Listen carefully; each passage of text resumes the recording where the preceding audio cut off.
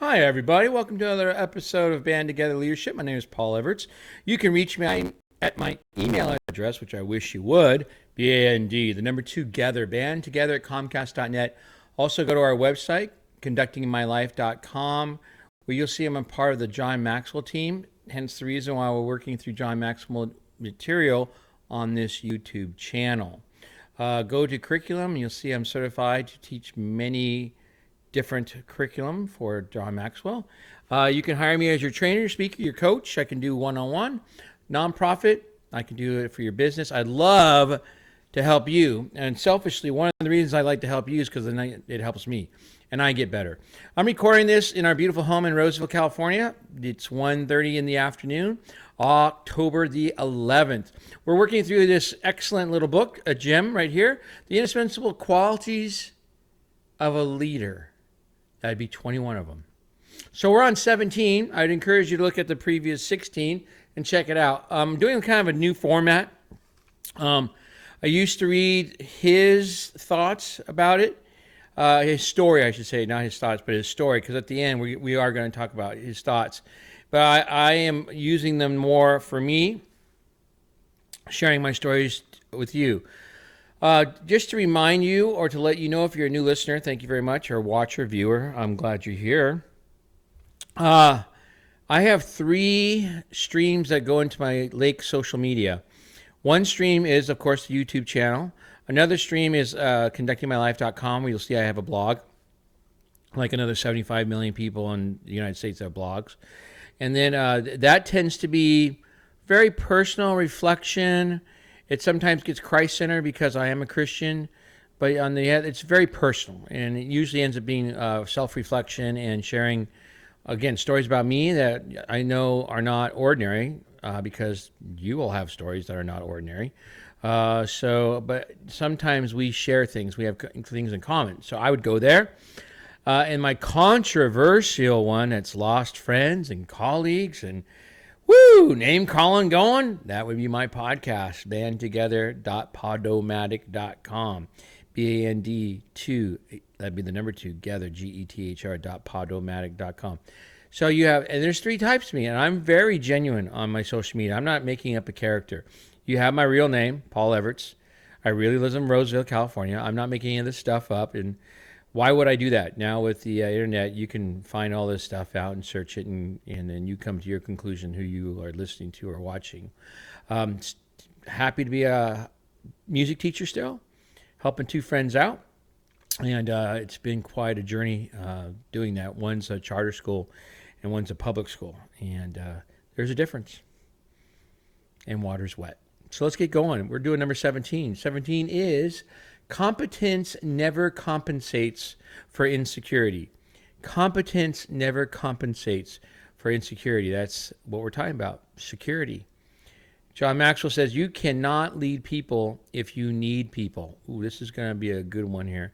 No man will make a great leader who wants to do it all himself or get all the credit for doing it, so says Andrew Carnegie. So let's just get to the end of the chapter, shall we, and see where we're going with this. He has a thing called fleshing it out. Margaret Thatcher appeared to have no doubts about herself or her beliefs, and Margaret Thatcher was absolutely secure in her leadership as a result. That is the case for all great leaders.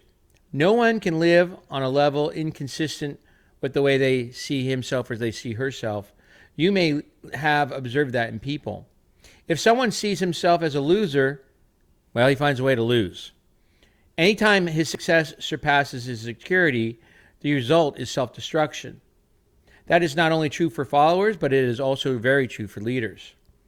Insecure leaders are dangerous. They're dangerous to themselves, their followers, and the organizations they lead, because a leadership position amplifies personal flaws. Whatever negative baggage you have in life only gets you more difficult to bear when you are trying to lead others. So insecure leaders have several common traits. And as I said, I read what he writes, and I think about how does that reflect me, And this is live. I'm not doing any editing, of course. In fact, if the sound goes wonky, I apologize. I've asked for help, and if you know of a sound person near Roseville, California, or a studio, then let me know. So here we go. Insecure leaders have several common traits. Number one, insecure leaders do not provide security for others. An old saying states, you cannot give what you don't have. Just as people without skill cannot impart skill to others, people without security cannot make others feel secure. That's so true once I think about it. So I have to have a lot of confidence in myself without being arrogant, and that comes from wisdom. Great book in the Bible. There's 66 books. One of them is Proverbs, and that's all about wisdom. So yeah, we should have confidence and security in ourselves so we can give that to our followers. Number two, insecure leaders take more from people than give. Oh my gosh. Insecure people are on a continual quest for validation. Insecure people are on a quest for acknowledgement and love. Because of that, their focus is on finding, turn the page, Paul, security, not stealing it in others. They are primarily takers rather than givers, and takers do not make good leaders. Yeah, I find myself as a teacher, you're giving a lot. You're not taking so much. As parents, you're giving a lot. You're not taking so much. That's probably why I don't follow children. They are not leaders to me. I don't know. There are teachers that, like put a whole lot into their high school students, and I kind of go, that kid's 15, man. Why is that kid your friend when you're 40? I don't understand. Why are you following them? This is weird. Insecure leaders continually limit their best people. Show me an insecure leader, and I'll show you someone who cannot genuinely celebrate his people's victories. He might even prevent them from realizing any victories. That is so, again, when the students do well and I get the compliments, I share the compliments with the students because the students are doing the work. I'm not doing the work. When the students go out and they perform, they are busting their booties, and they should be getting the compliments, not me. They are the stars of the show. I'm just standing in the back. And then finally, insecure leaders continually limit the organization. When followers are undermined and receive no recognition, so again, when followers are undermined and receive no recognition, they become discouraged and eventually stop performing at their potential. And when that happens, the entire organization suffers. So insecure leaders continually limit the organization. I've done that in the past, and I've had some parents come up to me and say, Paul, I think we could go to New York. And I'm like, I don't know, man. I'm going to take the band to New York. He knows who I'm talking about. If he's watching this, he knows. He's a great father. His name's Sean. And Sean pushed me nicely, by the way, parents. Pushed me and said, come on, dude, I'm going to help you. Let's get the kids to Carnegie Hall. And by gosh, we got the kid to Carnegie Hall. Then he left. Another parents come in and, what are we going to do next? Well, how about going to Chicago? Oh, man, Chicago. Okay, let's go to Chicago. And we took the band to Chicago. And then how about out of country? Let's go to Ireland. Ireland. Yeah, St. Patrick's Day Parade. So leaders, you have to, but the thing is you have to have at least for me, I had to have parents that were willing to push, to motivate, to encourage the fellow parents to make it happen. It's not me. It was these parents. Let's go to Ireland. We did. In contrast, secure leaders are able to believe in others because secure leaders believe in themselves. They are not arrogant. They know their own strengths and weaknesses, and they respect themselves. When their people perform well, they don't feel threatened. I don't feel threatened. I realize who's doing the work. I realize who should be getting the compliments. Do I get compliments? Yeah, once in a while.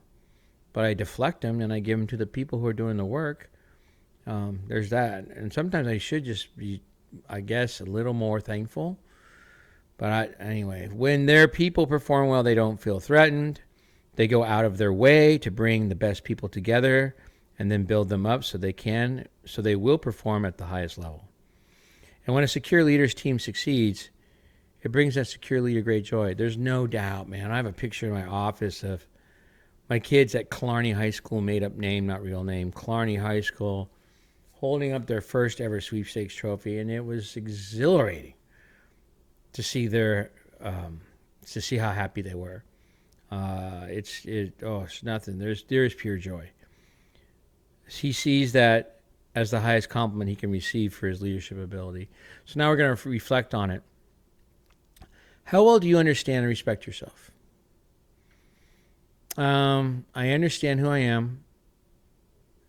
Reflecting and then respecting yourself. Respect, I do a pretty good job. Do you know your strengths and feel good about them? Yeah. Have you recognized your weaknesses and accepted the ones you can't change? Yeah, Dr. Maxwell's big on that. Work from your strengths. Weaknesses are sometimes just weaknesses. And don't spend too much time attempting to make a weakness a strength at the expense of your strength and becoming weakened. So how secure are you as a leader? When a follower has a great idea, do you support it or suppress it? Well, again, I had a follower, and that's a parent. And the parent said, let's go to New York. Okay, let's support it. Let's go. Do you celebrate your people's victories? Absolutely. When your team succeeds, do you give the members credit? The members, yes, they always get the credit. So bring it home now. To improve your security, do the following. So I need to improve my security. Here we go. So you got to know yourself. You're the kind of person who is not naturally self-aware. Take time to learn about yourself. Maybe take a kind of those personality tests. How about give away the credit? You may not believe that you can succeed if others receive the praise for the job your team is doing. Try it. If you assist others and acknowledge their contributions, you will help their careers. You will lift their morale and improve the organization. And it will make you look like an effective leader. And then finally, get some help. If you cannot overcome feelings of insecurity on your own, you got to go get professional help. Get to the root of your problems with the assistance of a good counselor, not only for your own benefits, but also for that of your people. And then finally, the daily takeaway. French novelist Honoré de Balzac was a keen observer of human nature, and he sought to capture a complete picture of modern civilization in his huge work entitled The Human Comedy. De Balzac once observed, he said, quote, "Nothing is a greater impediment to being on good terms with others than being ill at ease with yourself," end of quote. Don't let insecurity prevent you from reaching your potential. So what I'm saying to you is I definitely feel at times insecure. And one of the ways I get to that point is when I compare myself to others. That's such a deadly sin. I don't know if it's one of the deadly sins, but comparing yourself to others, just compare yourself to yesterday. Are you better today than yesterday? And there are going to be days where you're going to say no. And then fix it. I know I'm not better than the day before me every time I ask that question. But when you compare yourself to other people, that's insecure. Just suck it up, buttercup. You are who you are. Just make yourself better. That's why I buy those books. That's why I share them with you. That's why I'm part of the John Maxwell team. So begin with the end in mind. Every choice you make is who you are. Choose wisely. Seek first to understand and be understood. And finally, people don't care how much you know until they know how much you care. I care about you a lot. That's why I do this. All right. I hope you come and you'll join me for the next time. Viewership's up. Comments are positive. We're riding on a motivational wave right now. So thank you very much. Love you. God bless. Till next time.